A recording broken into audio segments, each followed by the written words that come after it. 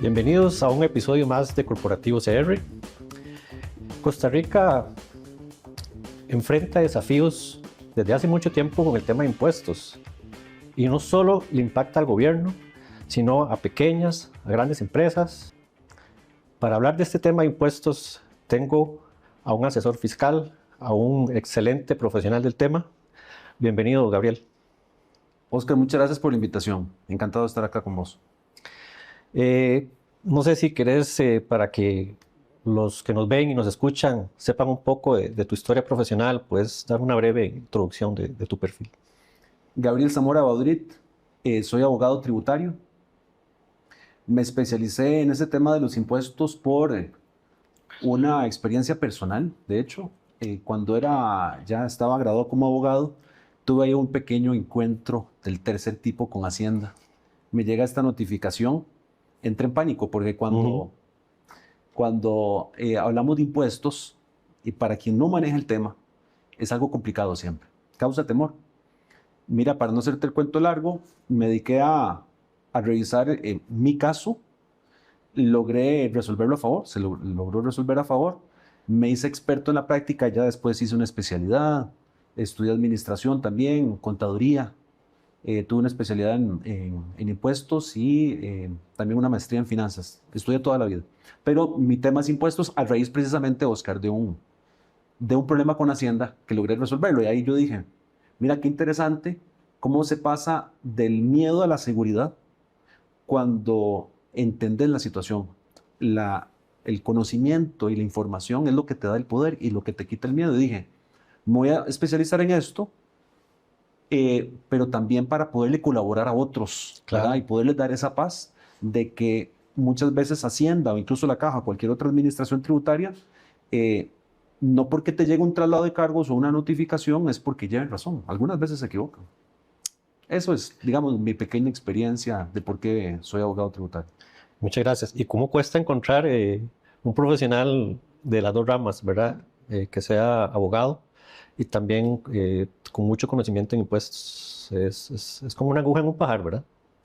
Es que, de hecho, cuando estudié Derecho y cuando he sido profesor, fui profesor 15 años, me da mucha cólera cuando le preguntaba a los estudiantes que por qué estaban estudiando Derecho y la respuesta típica es porque no soy bueno en los números. Entonces, porque no sos inteligente en esto, estás estudiando esto. Me parece algo incluso contraproducente porque la carrera de Derecho requiere un desarrollo de ciertas inteligencias que a pesar de que sí, no es numérico, pues conlleva otro tipo de, como te digo, inteligencias. Y en efecto, el área tributaria, que apenas en la carrera se llevan dos materias, Derecho Tributario 1 y Derecho Tributario 2, podrían ser de las más pesadas porque sí, entras ya en un hemisferio izquierdo, ¿verdad? De tu cerebro empezar a desarrollar una matemática de la cual no se forma en la carrera de Derecho. En mi caso, pues no me fue difícil y pues, como te digo, también por esta experiencia yo dije, bueno, vamos a entrarle al tema y sí, y después como te mencionaba, entré en la carrera de contaduría y actualmente pues le damos servicio a clientes no solamente en defensa tributaria, sino también hasta en contabilidades y servicios de este tipo. Súper bien. Y bueno, para entrar en el tema de impuestos, que como dice don Gabriel, nosotros pensamos a veces que es un tema muy complejo. Y el tema de hoy, pues lo que yo quiero transmitir a la gente es entender el tema de los impuestos, porque al final es algo que nos impacta a todos, ¿verdad? No nos exime. Esto es algo a nivel país. Mi primera pregunta es, ¿puede considerarse Costa Rica un país con una carga tributaria alta en comparación con otros países, tal vez a nivel de Latinoamérica? Sí, de hecho, cuando se habla de impuestos, hay que entender que es cuando se genera riqueza, empezando por ahí. Okay. Y la riqueza se genera desde el momento en que recibes un salario. Una persona que cumple 18 años y tiene su primer salario, tiene una riqueza que no tenía el día anterior del día de pago. Si bien es cierto, hay lo que se conoce como tramos exentos, no solo en el salario, sino en el ingreso sobre las utilidades en empresas y otros. En la mayor parte, como lo que decías, de lo que hacemos en la vida, tenemos que pagar impuestos. Es la riqueza lo que se castiga. A mí me gusta hablar de forma directa, Claro. Oscar, y un impuesto no es otra cosa más que un castigo. ¿Y por qué castigo? Porque no se pagan impuestos por la voluntad de las personas. Más, si vos salís a la calle y le preguntás a tus amigos, a los vecinos, a tus familiares, compañeros de trabajo, que si les gusta pagar impuestos, habrá algún masoquista que te diga que sí, ¿verdad? Sí. Habrá algún otro muy idealista que diga, sí, a mí me fascina pagar impuestos porque así contribuyo con el Estado. Ojo, eso está muy bien, ¿verdad? Está bien pagar impuestos. Respondiendo a tu pregunta, se paga impuestos sobre la riqueza, los ingresos, el consumo, el patrimonio. Somos de los países, no a nivel latinoamericano, a nivel mundial, más caros. Por ejemplo, el caso de un empresario. Un empresario, hay un estudio relativamente reciente que demostró que de cada 100 colones de su utilidad, 60, casi 60, 58.6 por ahí, casi 60 le corresponden a las administraciones tributarias, sobre todo Hacienda y Caja. Es decir, Oscar, si vos sos un empresario responsable, Okay. que como debe ser, que vas a pagar todos tus impuestos y todas tus cargas, te quedan 40. Hay otro lado, otro espectro que es el consumo. En el consumo sí estamos muy por debajo. Por ejemplo, el IVA. Ujú. El IVA que está al 13% en Costa Rica está por debajo de la media, que andan entre un 15 y un 16% mensual. Si te vas a Europa, que es donde están los mejores sistemas de fiscalidad, ronda el 20%. Si estamos, hay un contraste. En consumo estamos muy por debajo de la media mundial y en renta estamos muy por encima. Ok. De hecho, ahora que hablamos, antes de iniciar el programa, con el tema del IVA, y esto como para conocimiento de todos, si hablamos de la tasa general del IVA en América Latina, según la investigación en Panamá, creo que es la tasa que tiene más baja, es un 7%. Está Paraguay con un 10%, Ecuador un 15%, y ya entramos nosotros acompañado de Bolivia y El Salvador con un 13%. Después de ahí ya hay pues, más altos, está Uruguay un 22%, Argentina un 21%, Chile y Colombia un 19%. Pero entonces el IVA, con base a este estudio, Costa Rica tiene una tasa de IVA moderado. Sí, el IVA, ve, y algo interesante con el IVA. Hay un proyecto de ley que se conoce como pensión consumo. Tenemos el IVA al 13%. Y este proyecto de ley que te menciono, lo que pretende o lo que procura es que vaya una parte de tu IVA a la pensión complementaria, un 3%. Ujú. Si ese proyecto pasa, del cual a mí me encanta, la forma en que está planteado, incluso bajaría el IVA al 10%. Eso es un problema, no precisamente, Oscar. Tener un IVA bajo no es un problema. De hecho, si te vas a Estados Unidos, ahí hay estados donde del todo no se cobra IVA. Singapur, que es uno de las jurisdicciones con mejor sistema fiscal, el IVA está muy bajo, está por debajo del 10, creo que anda el 9 por ahí. El problema no es la tarifa, no es el porcentaje. El problema es la evasión. Costa Rica tiene una cultura de evasión muy arraigada. Y vos lo ves en el día a día.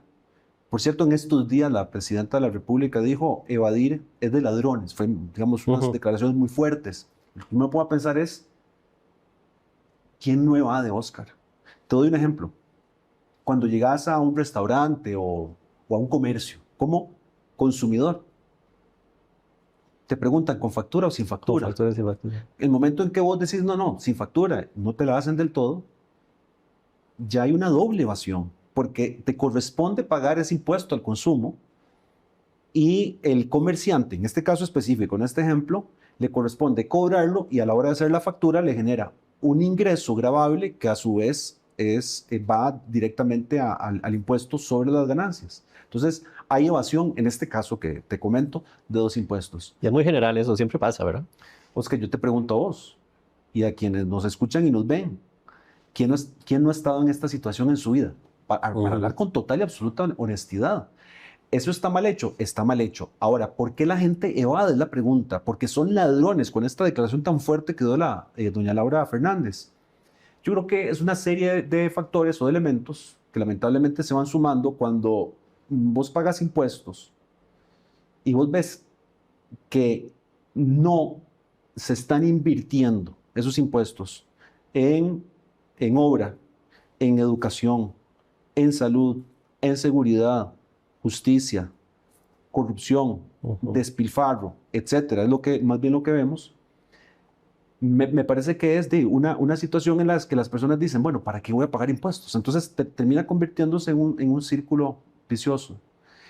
Así que yo no sería tan animoso, digamos, o tendría el atrevimiento de decir que se evade porque la persona está robando, aunque sí debe pagar impuestos, sí debemos pagar todos los impuestos. Es que creo que tiene que haber más bien ese círculo armonioso en el que, como en Dinamarca, vos le preguntas a un danés, yo he tenido la oportunidad de hablar con gente de Dinamarca, ellos dicen que sí les gusta pagar impuestos, claro, porque a la hora de pagar impuestos, y ahí tienen las cargas altísimas, Oscar, te resuelven mucho la vida. O sea, ya desde niño tenés asegurado tu carrera profesional, tu trabajo, tu vivienda, educación, sistema de salud. Y acá, ni qué hablar de cómo estamos en todos los aspectos, ¿verdad? Como lo ves reflejado, digamos, en la economía, en la infraestructura del país y demás, ¿verdad? Exacto. Súper bien. Y ahora, ¿vos crees que Costa Rica ha avanzado tecnológicamente con este programa de Tribu CR o crees que todavía nos falta un poco más? Ve, tengo que reconocer que sí. ATV, y no solo ATV, sino todas las plataformas que habían de octubre de 2025 hacia atrás. Los que vivimos la transición, o sea, cuando digo vivimos, me refiero a los que llevamos contabilidades, ¿verdad? No solamente propias, sino de terceros. Sí se ve la diferencia, Oscar. En realidad, Tribu CR me parece que ha venido a dar un buen paso en la digitalización y yo diría también en el minimalismo, porque antes tenía el minimalismo de la tramitología. Antes tenía, no me acuerdo ya cuántas plataformas, incluso había que mandar correos y mucho era también personal. Hoy creo que la mayoría ya se puede hacer en Tribu CR. ¿Es menos compleja, crees? Es menos compleja, sí, sí. Por ejemplo, para presentar una declaración de IVA, mira, son 3 pasos, 3, 4 pasos, que realmente casi que cualquier persona lo pueda hacer, con la mínima, digamos, asistencia posible. Y yo te diría que sí, es un punto a favor. Creo que le faltan varias cosas, principalmente una, Oscar, como ya se hace en otros países, que te llegue la declaración ya resuelta, porque si todo está digitalizado con el sistema de facturación, tanto ventas y compras, sobre todo en algunas contabilidades sencillas, que las de profesionales independientes o comerciantes micro o pequeños, que son la mayoría, estamos hablando más del 90% de los contribuyentes, debería llegarte la declaración ya hecha nada más para que le des a aprobar o corregir. Sí. Eso facilitaría mucho las cosas. Entiendo que viene este proyecto de Hacienda Digital, por lo que he escuchado, a partir del 2027. Eso sería un muy buen punto a favor, que logremos avanzar en eso. ¿Podrías explicarnos para la gente que nos ve y nos escucha cuánto es la carga tributaria para una empresa? No sé, mediana o grande, más o menos. Los impuestos que más le afectan, el primero es el impuesto sobre la renta o sobre las utilidades. Ingresos menos gastos, te queda una utilidad, y sobre esa utilidad, a partir de 119 millones de facturación, son aproximadamente $240,000, empezás a pagar un 30%. Por debajo de eso estás entre el 5 y el 20%, que es lo que se conoce como la renta para pymes. La renta corporativa, que es a partir del 30%, Oscar, es la número 10 más alta del mundo. ¿Del mundo? Sí, del mundo. Estamos por encima de países nórdicos, de los tigres asiáticos, de los países bálticos como Estonia, Letonia, Lituania, que son los que tienen el mejor sistema de fiscalización en el mundo. Es más, la media ronda el 22%. Países OECD anda como por el 22,5%. En general anda entre el 20 y el 23%. Nosotros estamos al 30%, top 10. O sea, estamos en en ese ranking vergonzoso. Y digo vergonzoso porque a más alta la tarifa, mayor evasión. Más las empresas están buscando asesores fiscales o eludir, ¿verdad? Montarse sociedades o cuentas offshore, ¿verdad? En otros países, ¿verdad? Que son paraísos fiscales, o del todo evadir cuando se tiene una carga tan alta. Esa es la principal, el impuesto sobre las utilidades del 30%. Tenemos otra carga que es groserísima, groserísima. Para mí incluso, yo sé que es muy fuerte lo que voy a decir, pero para mí es violencia institucional, que es la carga patronal, la carga patronal de la caja. En ese estamos número 11 en el mundo. 26,83% que se paga, en otros países se le conoce como el impuesto a la planilla, ¿verdad? Aquí le llamamos la carga patronal. Sumémosle otro impuesto que no es tan grosero, tan fuerte, pero va sumando, que es el impuesto al dividendo, que es cuando ya pagaste sobre la utilidad tu impuesto sobre la renta del 30%. El monto que queda disponible, Oscar y Gabriel, que somos los socios de la empresa, decimos, buenísimo, repartámonos esto. Hay otro castigo, un momentito, hay que retener un 15%. 15%. Si vas sumando, y ojo, no le he sumado el impuesto que le pagas a la municipalidad, el IVA que no logras acreditar. Hay otro impuesto que no lo pagan, la gran mayoría no, pero le afecta a muchos, que es un impuesto que se conoce como remesas al exterior, cuando pagas proveedores al exterior. Entonces va sumando, y ese va del 25 al 30. Va sumando, sumando y sumando, y era el que te mencionaba antes, que la carga total se convierte en un 58,6%. Eso es 60 de cada 100, que le corresponde a otros, ¿verdad? O socios que no te aportan prácticamente nada o muy poco, son los que estiran la mano, los que se llevan el mayor beneficio, y vos como empresario te dejas apenas el 40%. ¿Crees que por eso las empresas o las personas acá costarricenses que desean y sueñan como hacerse dueños de su propia empresa, lo piensan, o inclusive hay personas que hacen su emprendimiento, 6, 7 meses después deciden abandonarlo precisamente por esto? ¿Crees que sí podría disminuir? ¿O ya estamos en un nivel que dice, bueno, es que con la economía que tenemos, con la carga tributaria, sería un desafío muy riesgoso bajar el impuesto sobre la renta, por ejemplo? Vieras que yo que hablo con tantos emprendedores y todas las semanas, esa no es su mayor preocupación. Su mayor preocupación es la tramitomanía. De hecho, el emprendedor no está pensando en estas tarifas, está pensando en generar ingresos y que sea rentable su negocio. Eso es lo que está pensando. De hecho, hay una pésima cultura fiscal, Oscar, en Costa Rica. Las leyes, la normativa está redactada de una forma tan confusa, para mí, a un nivel incluso perverso, porque cuando vos redactás una norma jurídica de manera confusa, enredada, es para que no la entiendan. Es para que no se entienda. Entonces, cuando uno no entiende una norma tributaria, lo que te están es incitando, te están empujando a que estés en la informalidad, a la evasión. No, claro. Este emprendedor, como te decía, no piensa tanto en las cargas. Lo que está pensando es, ¿cómo hago para formalizar mi negocio? Lo básico, Oscar. Primero, una inscripción tributaria, que ya vimos que con TribuTR es más sencillo. Claro. Pero igual tiene sus retos, ¿verdad? No es para cualquier persona. Que estamos hablando del emprendedor, o sea, que tal vez viene muy, muy desde abajo, ¿verdad? La caja se complica mucho, porque la caja, para poderte inscribir como trabajador independiente, lo puedes hacer en línea, pero solamente con firma digital. Muchas personas no tienen firma digital. Te obligan a ir a inspección a la caja, es decir, a una agencia, una sucursal, una oficina de la caja. A partir de ahí te empiezan a completar una serie de formularios, te hacen preguntas y viene algo que eso sí es para mí lo más perverso que está pasando en Costa Rica, y es que te empiezan a cobrar en retroactivo, ¿verdad? Porque viene el emprendedor y le preguntan, ¿y usted qué ingresos ha tenido hace cuánto tiempo? Y la caja te empieza a hacer cobros de hasta 10 años. Y es cuando empiezas a ver ese montón de deudas o ese montón de emprendedores con deudas millonarias. Pero ve que increíble, o sea, suena incluso muy fuerte, porque muy duro. ¿Querés emprender? Llegas a esta segunda institución llamada caja y ya no puedes hacerlo porque te generó una deuda millonaria que no puedes pagar.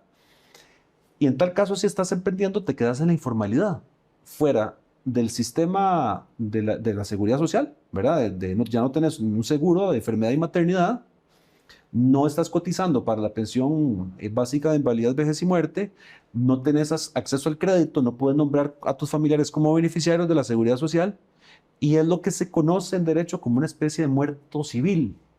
O sea, ahí vas, o sea, ahí la vas, como se dice popularmente, la vas pulseando, pero al no tener acceso a estos beneficios que te da la institucionalidad, te convertís en un emprendedor informal en el que ya alcanza, Oscar, según la última encuesta del INEC, que es del 2025, aproximadamente 800,000 personas. No es un monto menor, no es una cifra menor. Claro, Es alarmante, más bien. Y hablando de la caja, creo que unas semanas atrás, o sea, desde una perspectiva de cumplimiento tributario y de seguridad social, ¿qué lección deja el caso de la caja que ahora sobre el tema de los independientes? Ahí te vi, creo que te entrevistaron por ahí sobre el tema de la caja. ¿Puedes explicarnos un poco qué fue lo que pasó y qué resultados se tuvo de eso? La caja empezó en el año, me parece, 2005, ya estamos hablando hace 21 años, empezaron a perseguir a los trabajadores independientes. Y cuando te digo perseguir, es que antes del 2025 vos llegabas como trabajador independiente a asegurarte qué ingreso quieres reportar, tal monto, ese es el monto de que según tus posibilidades es el que puedes pagar. En aquel momento la tarifa que te cobraban se equiparaba con la del asalariado. Estamos hablando de aproximadamente un 10%. Oscar, todo bien, todo bien. ¿Qué fue lo que empezó a hacer la caja a partir del 2005? Dice, mira, ¿cómo hacemos para recaudar más? Vámonos con esta piñata, ¿verdad? Y empezaron a ver al independiente, a los independientes como esta piñata, la que podía agarrarse así garrote y empezar a darle. Y lo que empezaron a hacer fue que le revisaban las declaraciones de renta. Sus declaraciones de renta que antes no lo hacían. Hay que decirlo como es, fue una ocurrencia de la junta directiva de la caja. Empiezan a revisar las declaraciones de renta y vienen los famosos cobros en retroactivo. Se empiezan a poner mucho más agresivos a partir del 2012, 2013 y ni para qué, Oscar, a partir de pandemia, 2020. 2020, 2021, ahí es donde ves la persecución. Vos dirás, ok, la caja está en su derecho de cobrar una cuota sobre el seguro de trabajador independiente con base en las declaraciones de renta, tomando en cuenta la renta neta, que es la ganancia. La respuesta es un no rotundo. Y fue lo que vino a establecer por la vía de una sentencia judicial a través de un proceso contencioso administrativo en diciembre de 2025, hace pocos meses, en el que los jueces determinaron que, ojo, ese cobro es ilegal. Ilegal porque fue un acto administrativo, es decir, fue la junta directiva de la caja que tomó la decisión. Y por jerarquía de normas, debe ser a través de una ley, por la vía legislativa. O sea, imagínate 7 personas ahí. No sé en ese momento cuántas eran. Creo que son 7 miembros de junta directiva que tomen la decisión en perjuicio de miles de trabajadores independientes. Debían de haber pasado por al menos el voto de minoría de la Asamblea Legislativa para ser aprobado como una ley. Ese es el punto medular, Oscar, de esta sentencia. Por no haber sido una ley sobre la cual se basó la caja para solicitar declaraciones de renta y tomar la base neta, en este caso de la renta neta, sí pueden fiscalizar, sí puede haber un seguro, sí se puede establecer una tarifa. En lo que fallaron fue en el método. Y eso es lo que generó nulidad del cobro retroactivo, de las cuotas y por ende una ilegalidad. ¿Se puede decir que es una victoria definitiva o la caja podría modificar su método de cobro? Una victoria para mí de los trabajadores independientes. Ajá. Y te lo digo, que hemos sufrido por años. Yo he sido una de las víctimas de la caja. Nos llegó, o me llegó una notificación por casi un traslado de cobro por casi 18 millones de colones. En ese momento, pudiendo llevar a cabo un proceso en contra de la caja, junto con mi esposa, lo vimos y tomamos la decisión de mejor pagar. Llegué con un convenio de pago y estoy yo en este momento pagando la caja, creo que son como 400,000 colones al mes. Pero es que yo lo hice en aquel momento, Oscar, yo te diría que más por una cuestión solidaria, pudiendo pelear. Sin embargo, lo que sí yo les diría a esos miles de trabajadores independientes que están en una situación similar, con millones de colones, varios millones algunos, es que sí lo vean como una victoria, pero medias. ¿Por qué? Precisamente por lo que preguntabas. La caja pudiendo, o más bien, debiendo modificar la metodología, porque así se lo está diciendo un tribunal. O sea, se lo está diciendo. Es ilegal, arbitrario, abusivo, violatorio y varios adjetivos más. Y aún así, la Dirección de Inspección de la Caja salió diciendo al día siguiente que se hizo público la resolución, en este caso, de la Sala Primera, que ratificó la sentencia de la Sala del Tribunal Contencioso, lo que dijeron es, miren, otras palabras más bonitas, ¿verdad? Porque fue un comunicado institucional oficial. Me resbala. Voy a seguir aplicando el mismo método y voy a seguir cobrando a los trabajadores independientes de esta manera, a pesar de que me dijeron que es ilegal. Basándose, Oscar, en que lo que resuelve la Sala Primera no es como la Sala Constitucional, que es erga omnes, es decir, es para todos. Okay. Es para cumplimiento general. Lo que resuelve la Sala Primera es, a través del contencioso, es solo para la persona afectada.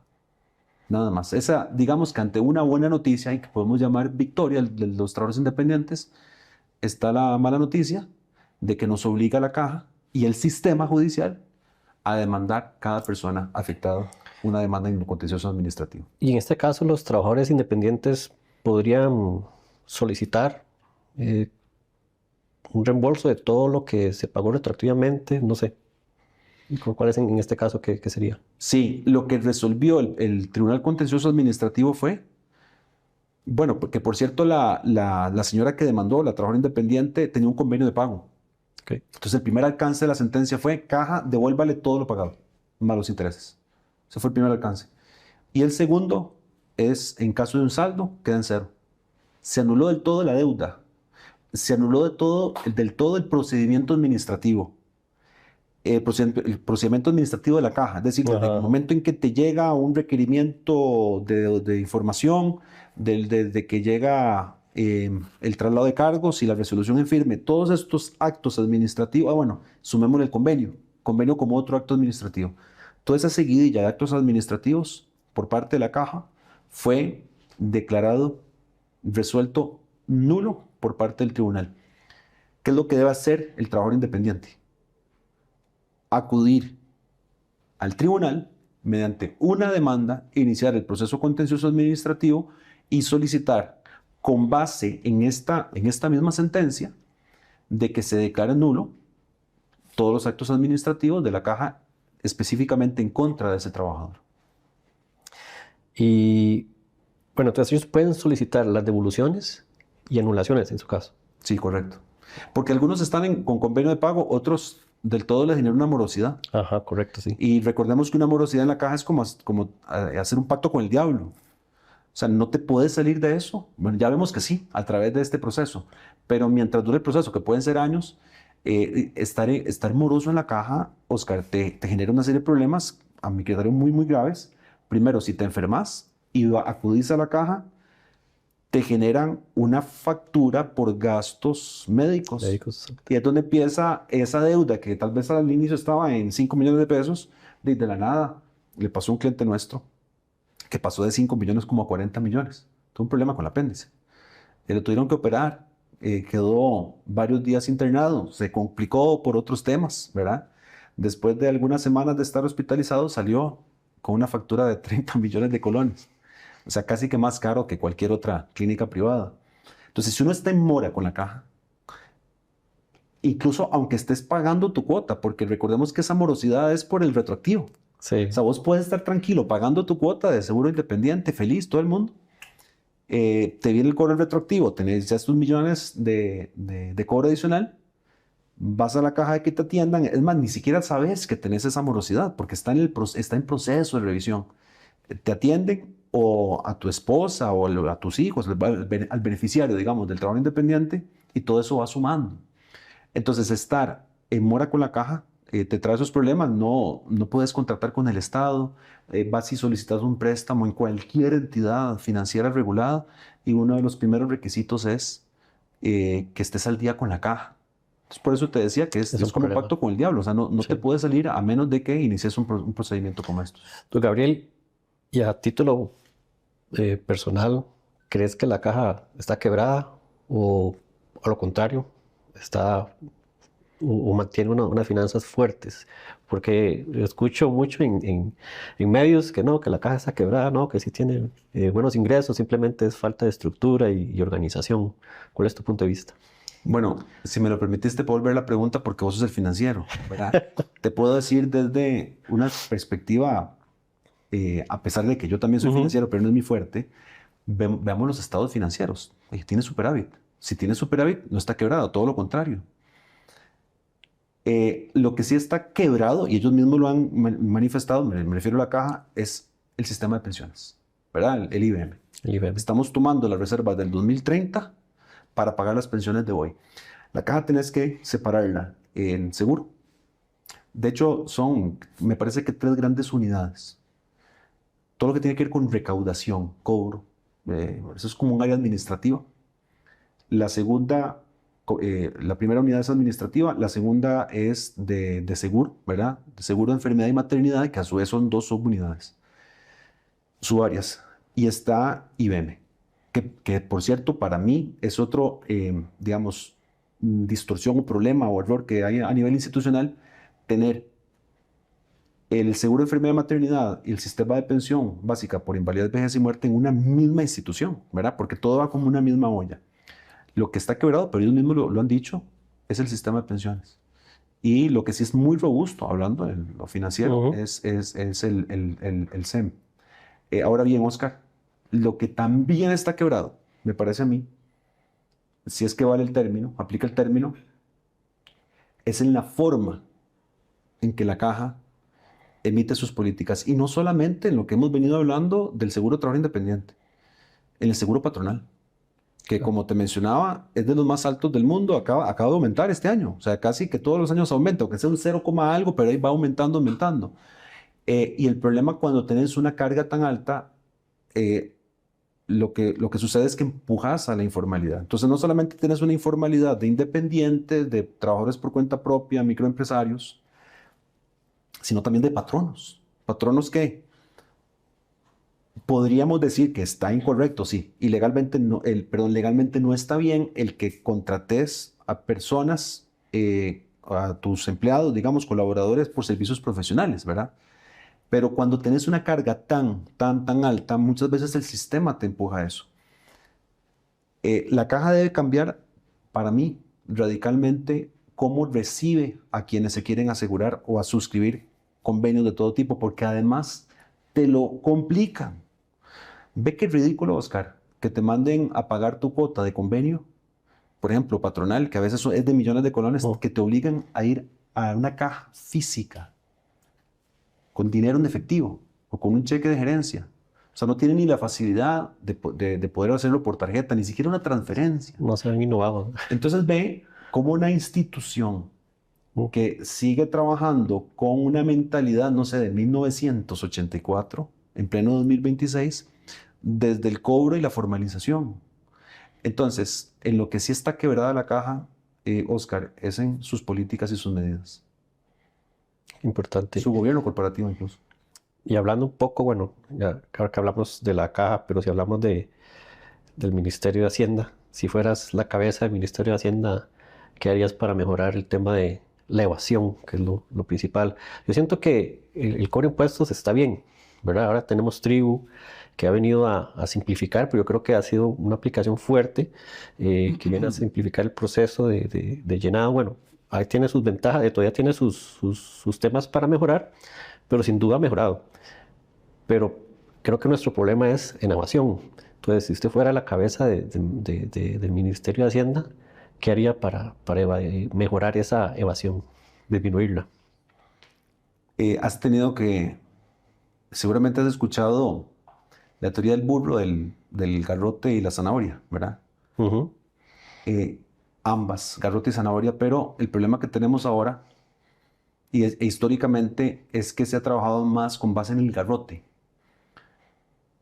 con base en el miedo, en el temor, en la amenaza, en la persecución, en el que el evasor es un ladrón, en el que el tico es malo, en el que el tico es un evasor por naturaleza. Cuando vos constantemente le estás señalando al ciudadano, al habitante, que es un pésimo ciudadano, es una pésima persona, que lo está haciendo mal, y que además por ser tan malo, tan ladrón, tan evasor, te doy garrote, te terminas escondiendo o te terminas acostumbrando a eso. Y es como cuando se vende un producto, vendes con base en el miedo, con base en la esperanza. Yo me quedo con la segunda. De hecho, te hago un paréntesis, cuando un cliente llega a la oficina, llega con mucho temor, porque ya Ujú. sé que le llega un traslado de cargos de Hacienda, de la caja, y está requiriendo de nuestra parte que le ayudemos. Nosotros tratamos de darle esperanza porque muchas veces al revisar su caso, las administraciones tributarias o cometen errores o algunas veces tienen razón. Muchas veces tienen razón, pero pues lleguemos a un arreglo de pago, hablemos con el auditor, resolvamos el problema. Como ministro de Hacienda, ¿qué haría yo? Esperanza, pero en esta línea.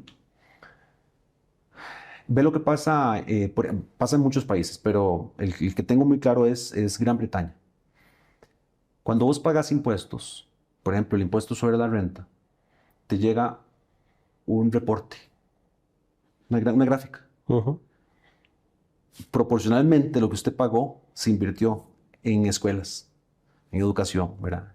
En salud, en justicia. Vos decís, qué chiva. Y tal vez pagaste una carga un poco alta, digámoslo así, pero te están transparentando lo que vos estás pagando. Cuando vos vendes esperanza desde la institucionalidad, tiene que ser, como te digo, sumado a la transparencia. Y yo sin duda, haría una política, es muy difícil a corto plazo, una política, una reforma a mediano o largo plazo de empezar a bajar la carga.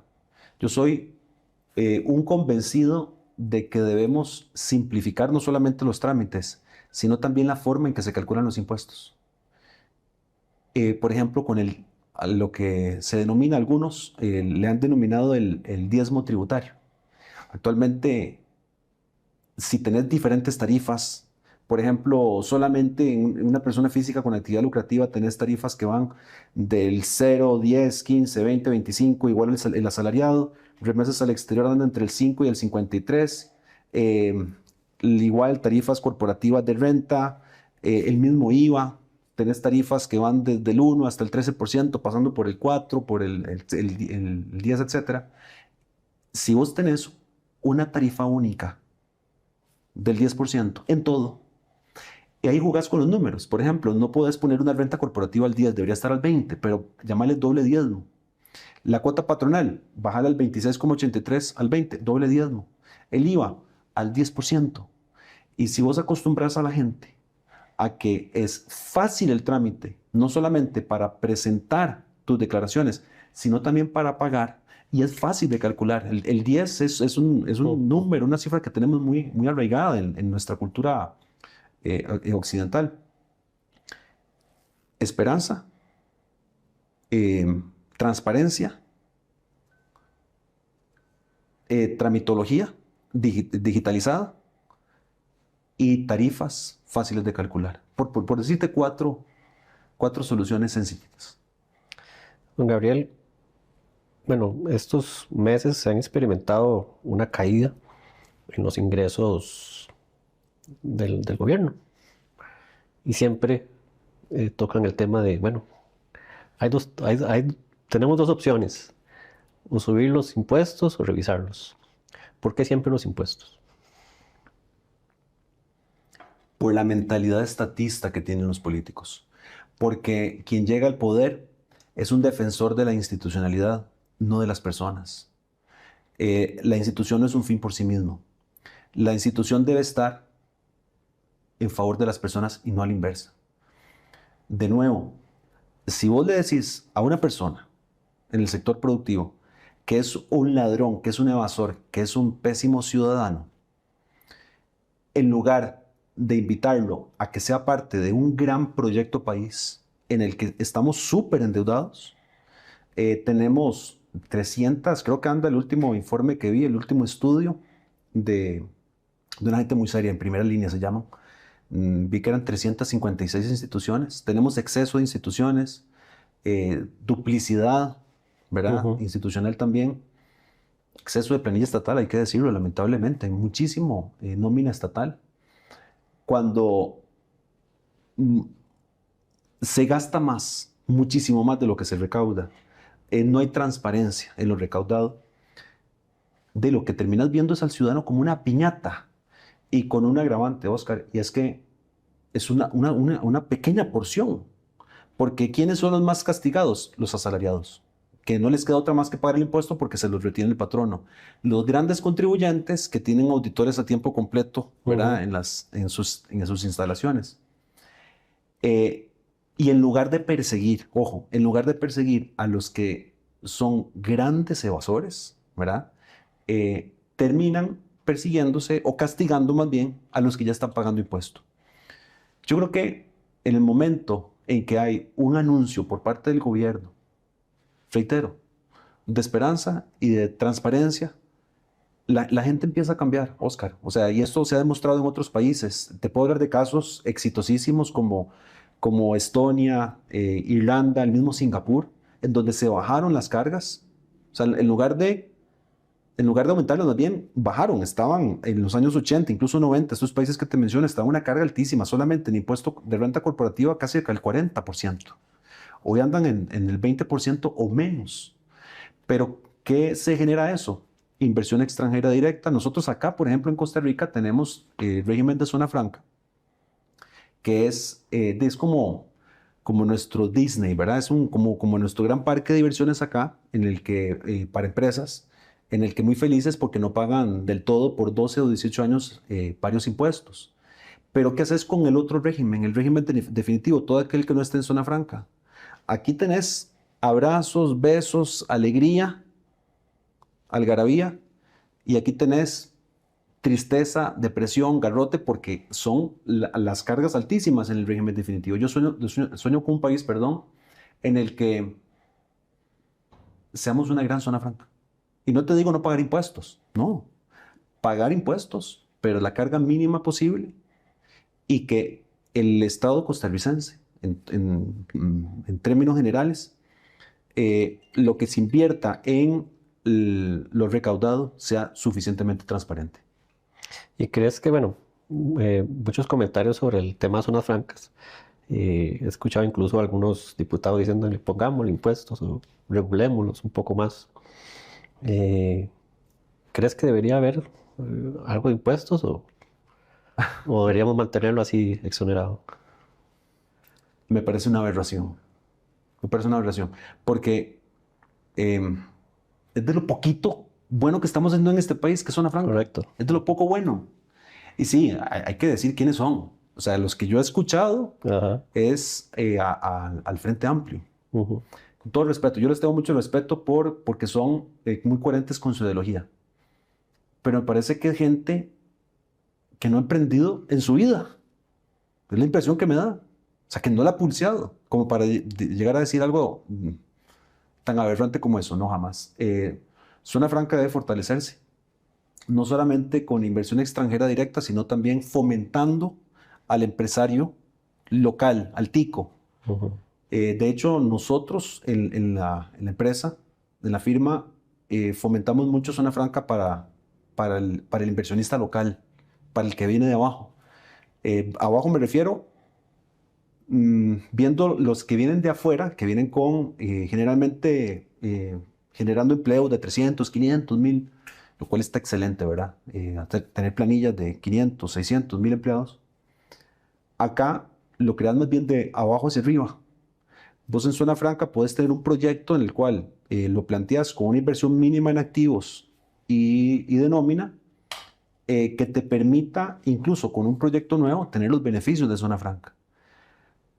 Más bien deberíamos, Oscar, tener, como lo hacen en otros países, como Singapur, Israel lo hacen mucho, que tienen fomento de inversionista local, emprendedor local, sobre todo mucho en la tecnología, en la que se te da incentivos fiscales con la finalidad de que puedas salir adelante, ¿verdad? Como empresario. Traerse abajo zona franca me parece que sería uno de los peores errores que podemos cometer en este país. Pecado capital sería, ¿verdad? Totalmente.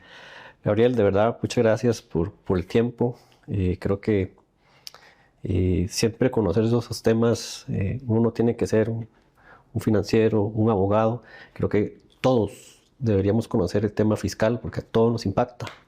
De verdad, muchas gracias por tu tiempo. Tal vez alguna última recomendación, tus redes, cómo te seguimos, dónde te podemos contratar para una asesoría fiscal. Una última recomendación, Oscar, a la gente es que le pierdan el miedo, que cumplamos, o sea, que cumplamos con el pago de los impuestos, con el pago de las cargas, que paguemos legalmente lo mínimo posible, pero que paguemos. Y cuando digo pagar lo mínimo posible es, si podemos optar por el régimen de zona franca, por ejemplo, si soy una pyme, poder tener una exoneración los primeros 6 años. A eso me refiero. Aplicar las exoneraciones que legalmente tenemos disponible. Perder el miedo a Hacienda y a la caja, actuando de forma correcta y teniendo el conocimiento de por lo menos lo mínimo de la normativa a nivel tributario. Abogadotributario.cr es la página y así me pueden ubicar en las diferentes redes sociales. Excelente. De verdad, muchas gracias. Este tema a mí me apasiona mucho y es muy enriquecedor y está pues, generando tendencia en estos últimos días acá en Costa Rica. Y no solo por la tendencia de ahora, sino porque de verdad necesitamos educarnos en el tema tributario y, como decís, perderle el miedo. ¿Verdad? Asesorarse es importante, siempre. Entonces, muchas gracias, Gabriel. Muchas gracias, Oscar. Encantado. Gracias.